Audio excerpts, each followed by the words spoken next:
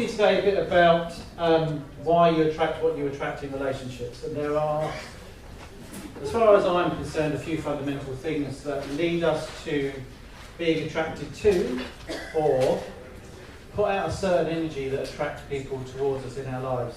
And when it comes to the field that I work in, which is intimate relationships, it's massively important that we're aware of these types of things when we are going out into the world looking to find someone that we want to have an intimate relationship with. 2 seconds about me, because we have no time whatsoever.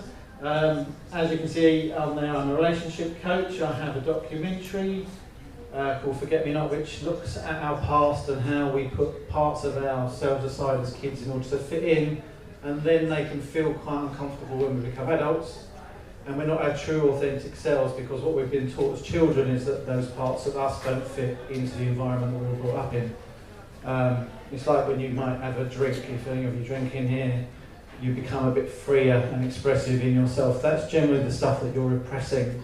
It could be all the way back to your childhood. Or for the People Program book, the People Program helps you to overcome your blocks to success. So it helps you to understand your processes, how you might feel about yourself, the relationship that you have on the inside, and the things that you might do in your life which stop you from moving your life forward. I have the Relationship Guide podcast, which was only launched back in July. So please go to my website, johnkennycoaching.com/podcast, and you can click on a link and listen to the podcast on your favourite podcast provider.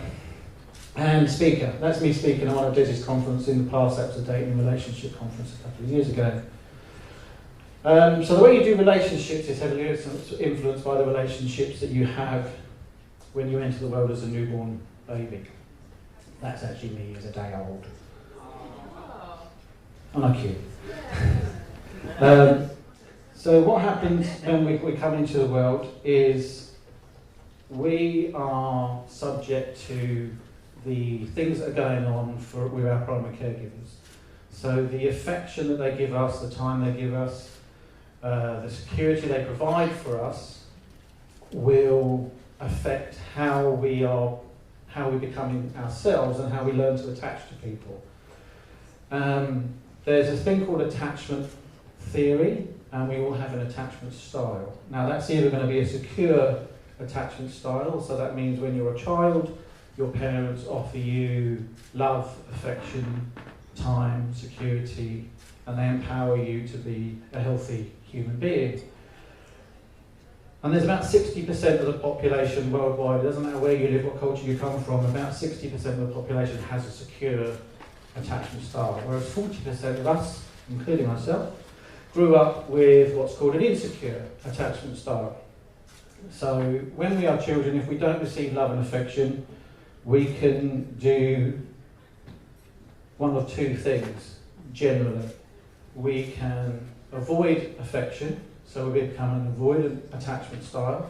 So if something's too painful for us, we shut down, we move away from it, because we don't know how to handle that situation. So our brain says the best way for me to deal with this situation is just not to face up to it at all.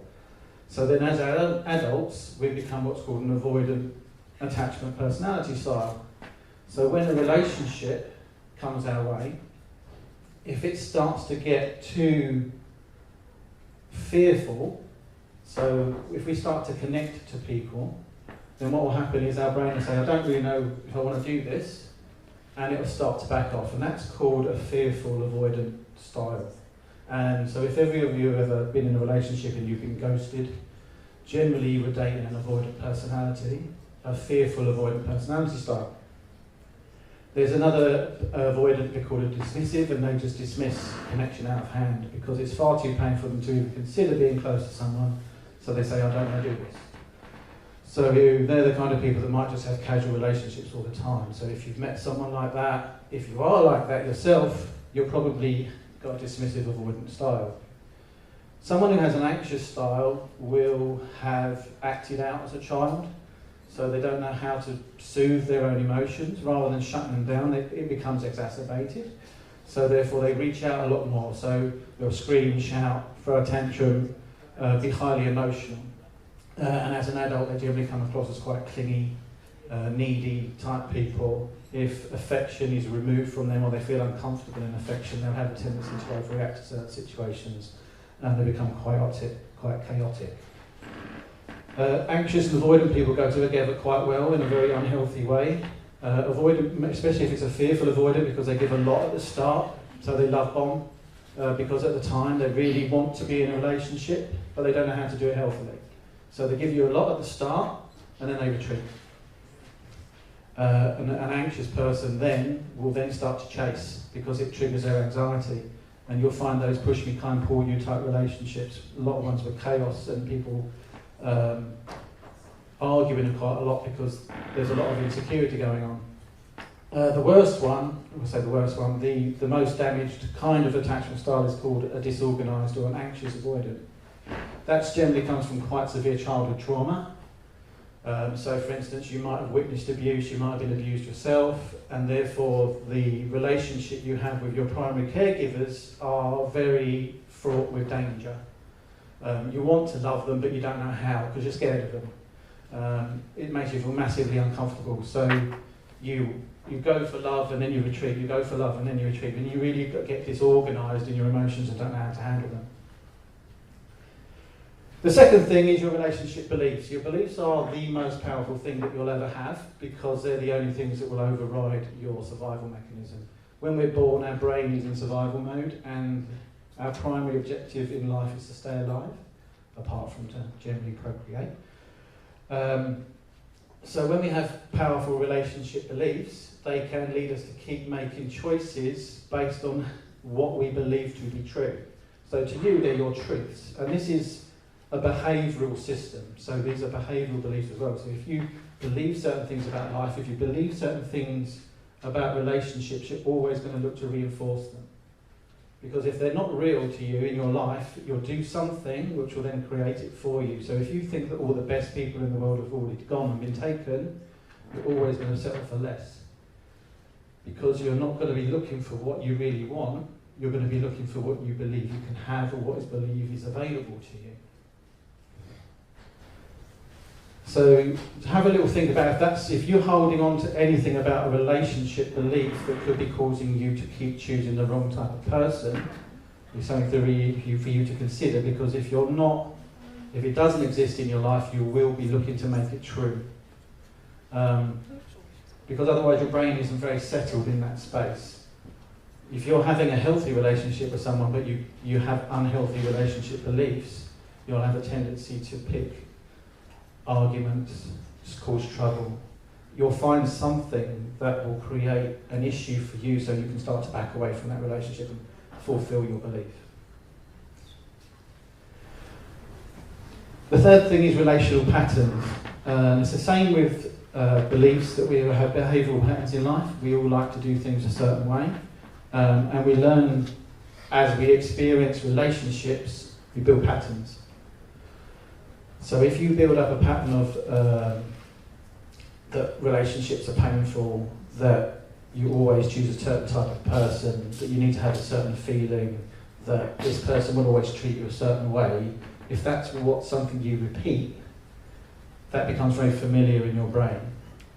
And so your brain then looks for that again at the same time. It will go through the same routine with you in order to create the same pattern, because that's where you feel comfortable.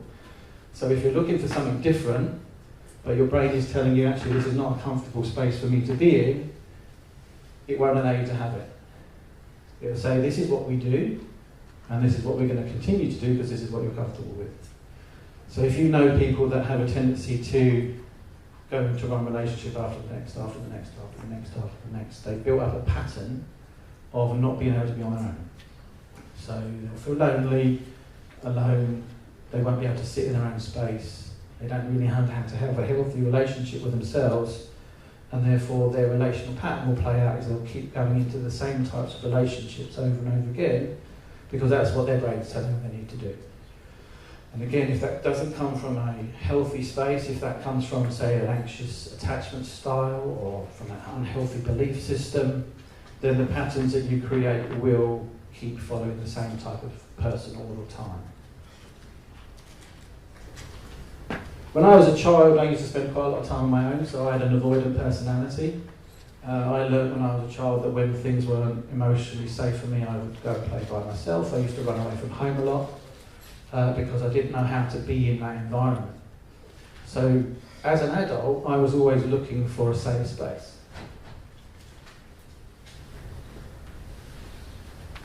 What I used to do was go into relationships looking for an escape plan, because my safe space was always to be by myself.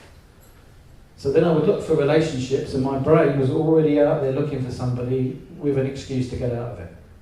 So I would always look for a problem before the relationship had begun. And Robbie Williams says it in the song Feel. He says, I'm always looking for an out before I begin. Because that's your safe space.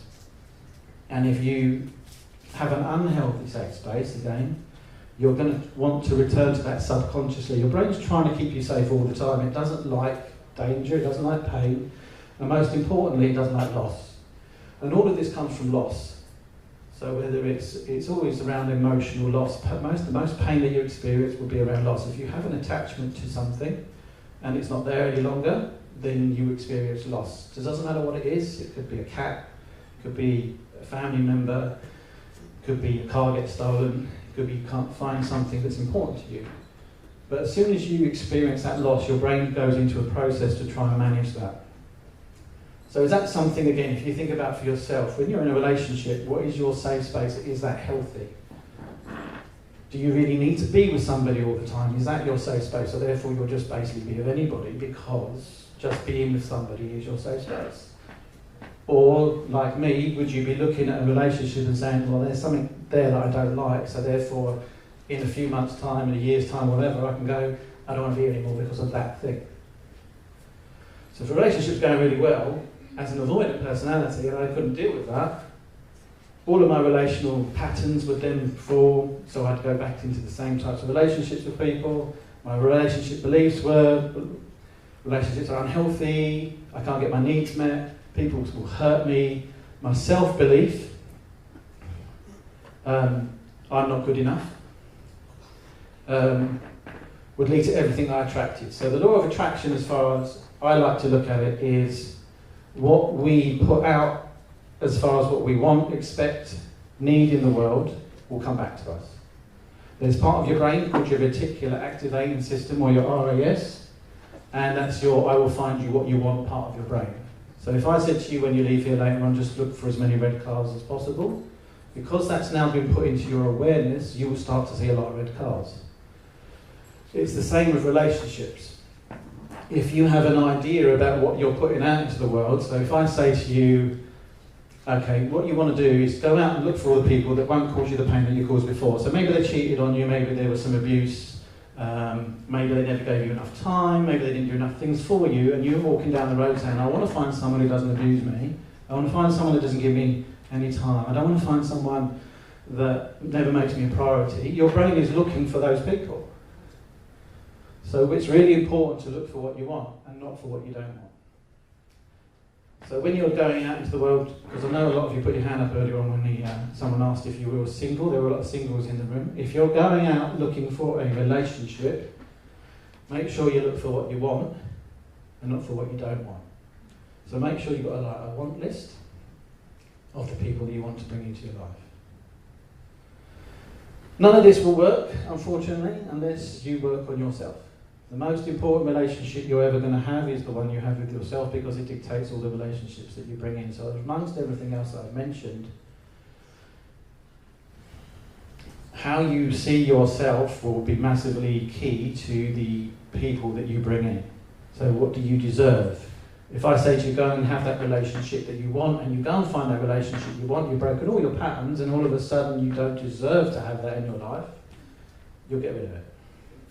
Or you'll do something which needs to prove to you that you're unworthy, or they need to prove to you that you are worthy, and you're going to keep causing problems for yourself.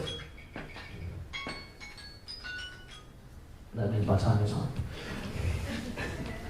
And you're going to keep causing problems for yourself if you don't accept that you're allowed to have the things that you want. So in summary, your relational patterns are created through the experiences of your relationships, and your beliefs about relationships and ourselves and others are massively important to being able to find what you want in your life moving forward. Be aware of what your attachment style might be. How does that influence you in relationships? So when you're close to someone, does it make you feel uncertain? Does it make you feel uneasy? Do you back away? Do you shut down? Or when someone backs away from you, do you then chase them? Or do you just find that relationships just freak you out entirely when you start to have feelings for someone and you don't know what to do with them? And all of these things, including the safe space that we're looking for, will lead you to find the people that you bring into your life.